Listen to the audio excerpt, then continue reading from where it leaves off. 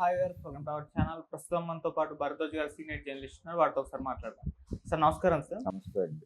Sir, NT Ramarao గారికి భారతరత్న ఇవ్వాలి అన్న అంశం మరోసారి తెరపైకి వచ్చింది. అంటే నిన్న బాలకృష్ణ గారికి సన్మాన సభ ఏర్పాటు చేసినప్పుడు ఆయన మాట్లాడుతూ నాకు పద్మభూషణ్ ఇచ్చారు, చాలా మంచిది. రామారావు గారికి మా నాన్నగారికి కూడా భారతరత్న ఇస్తే చాలా బాగుంటుందని ఆయన తన అభిప్రాయాలను అయితే వెలువచ్చారు సార్. మరి ఇచ్చే ఛాన్సెస్ ఏమన్నా ఉన్నాయా? ఎందుకంటే కూటమి గవర్నమెంటే, ఎన్డీఏ గవర్నమెంటే ఉంది కాబట్టి సో ఈ మూడ్లో ఏమన్నా వచ్చే ఛాన్సెస్ ఉన్నాయా సార్?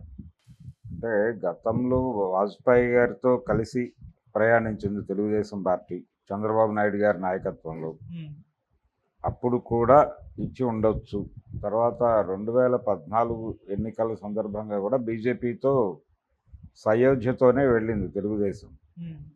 అప్పుడైనా ఇచ్చి ఉండొచ్చు. కానీ ప్రతి సందర్భంలోనూ డిమాండ్ అయితే బలంగా వస్తుంది. చంద్రబాబు నాయుడు గారు కూడా మాట్లాడుతున్నాడు. కానీ ఆ మధ్య శత జయంతి సభల్లో కూడా ఈ డిమాండ్ విపరీతంగా వచ్చింది.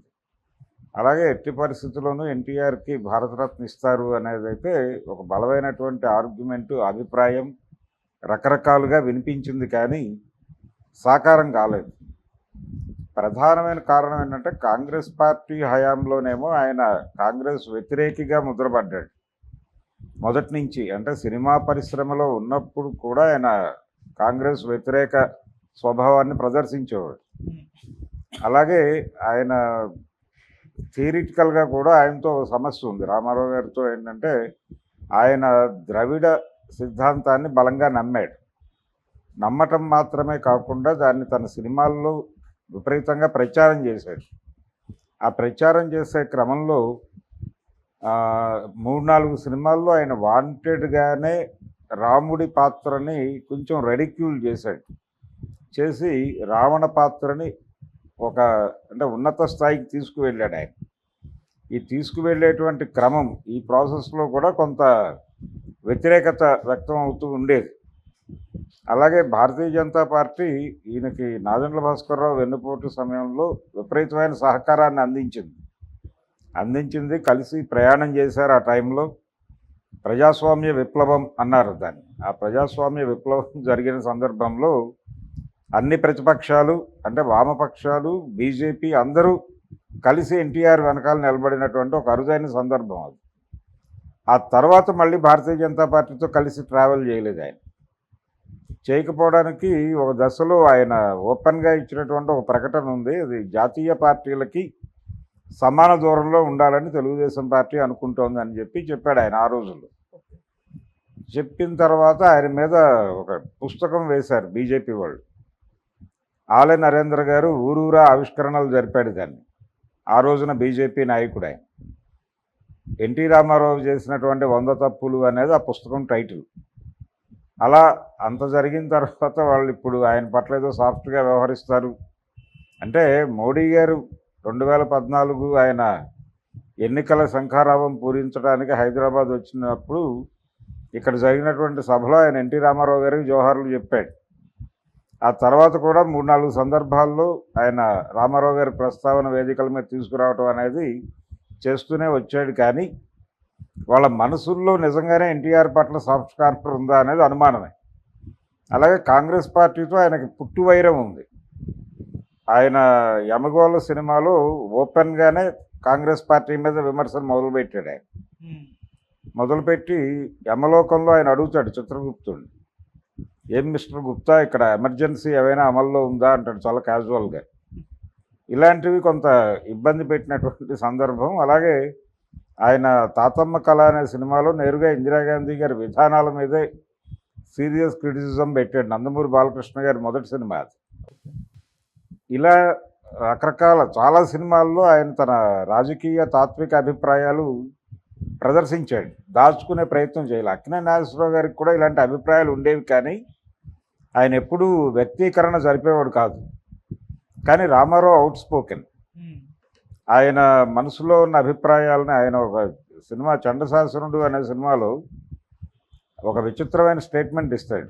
అదేంటంటే దుర్యోధనుడి పాత్ర ఈయన ఏకపాత్ర అభినయం చేస్తే హీరోయిన్ అడుగుతుంది, విలన్ వేషం వేశారేంటి మీరు అని. విలన్ ఎవరు అంటాడు ఆయన. అదేమిటి దుర్యోధనుడు విలనే కదా అంటే, లేదు 1000 సంవత్సరాల క్రితం ఉద్భవించినటువంటి ఒక సంఘ సంస్కర్త, సామ్యవాది అంటాడు. ఇలాంటి ఒక విచిత్రమైన స్టేట్మెంట్లు చాలా సినిమాల్లో కనిపిస్తాయి ఆయన. అదొక ధోరణి. ఈ ధోరణి ఉండటం అనేది అంటే ఎన్టీఆర్ని కేవలం పొలిటీషియన్గా మాత్రమే చూడటం కష్టం. ఆయనలో ఒక ఫిలాసఫర్ కూడా ఉండేవాడు.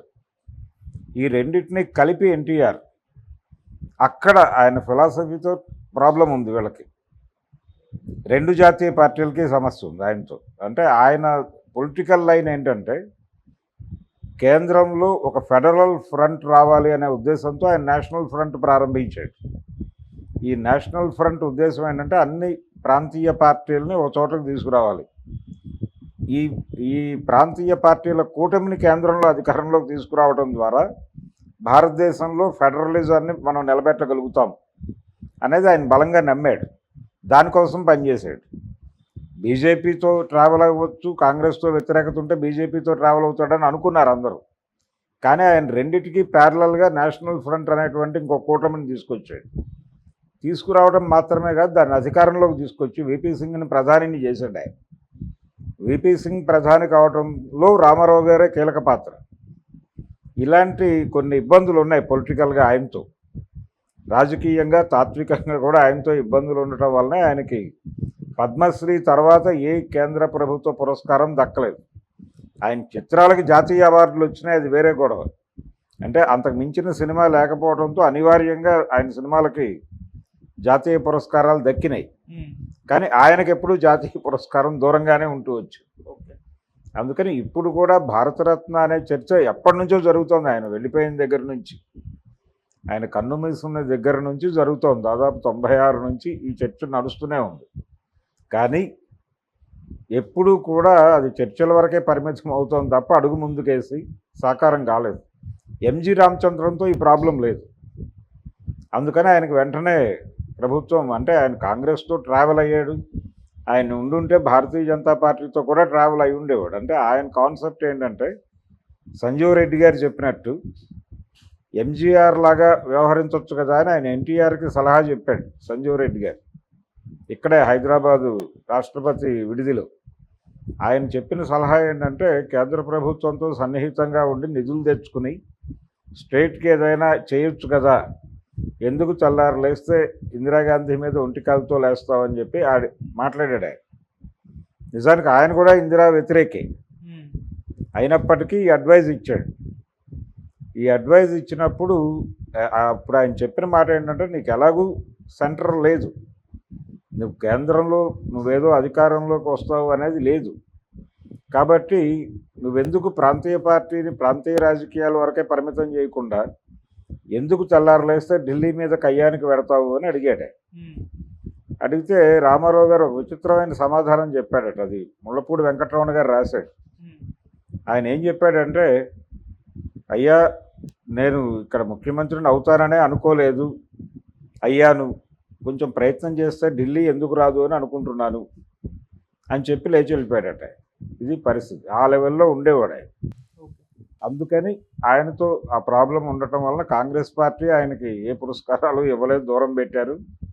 అలాగే ఆయన మీద కక్ష సాధింపు చర్యలకు కూడా పాల్పడింది ఆ రోజున కాంగ్రెస్ ప్రభుత్వం ఎన్టీఆర్ మీద.